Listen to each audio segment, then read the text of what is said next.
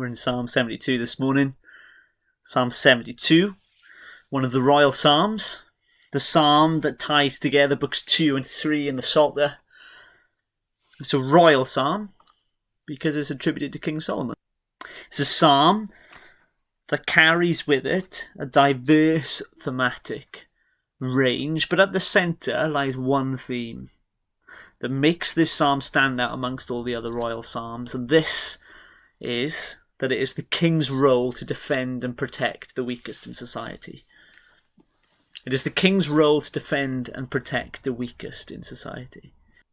As we look briefly at some of the other themes, I want you to think about Christ. I want you to think about the Word made flesh, who came to be king. He came to be a king in verse 2 that will judge the people of God with righteousness.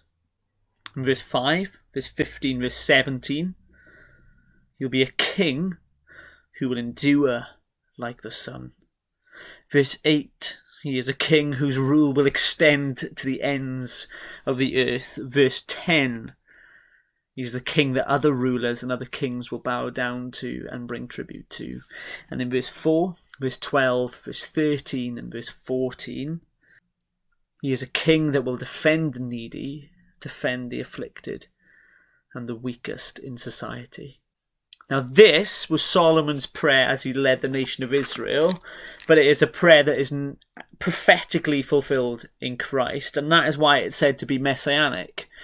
It's not mentioned in the New Testament at all, but it is believed that this psalm speaks of Jesus. It is Jesus who ultimately fulfills this portrait of a king that we see here in Psalm 72.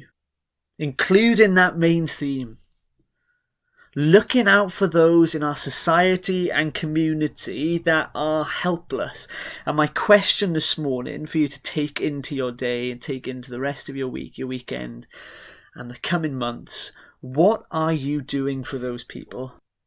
Not what are we doing as church, but what are you doing? What are you personally doing for these people? Because it was Solomon's heart as king of Israel to bring all these people together, united as the nation of Israel. And Christ ministers to everyone, doesn't he, on earth? He ministered to those on the edges. He ministered to those who others would dare not go close to. What are you doing for those people?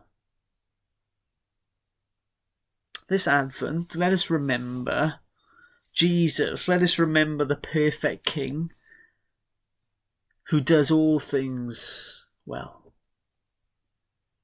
God bless you.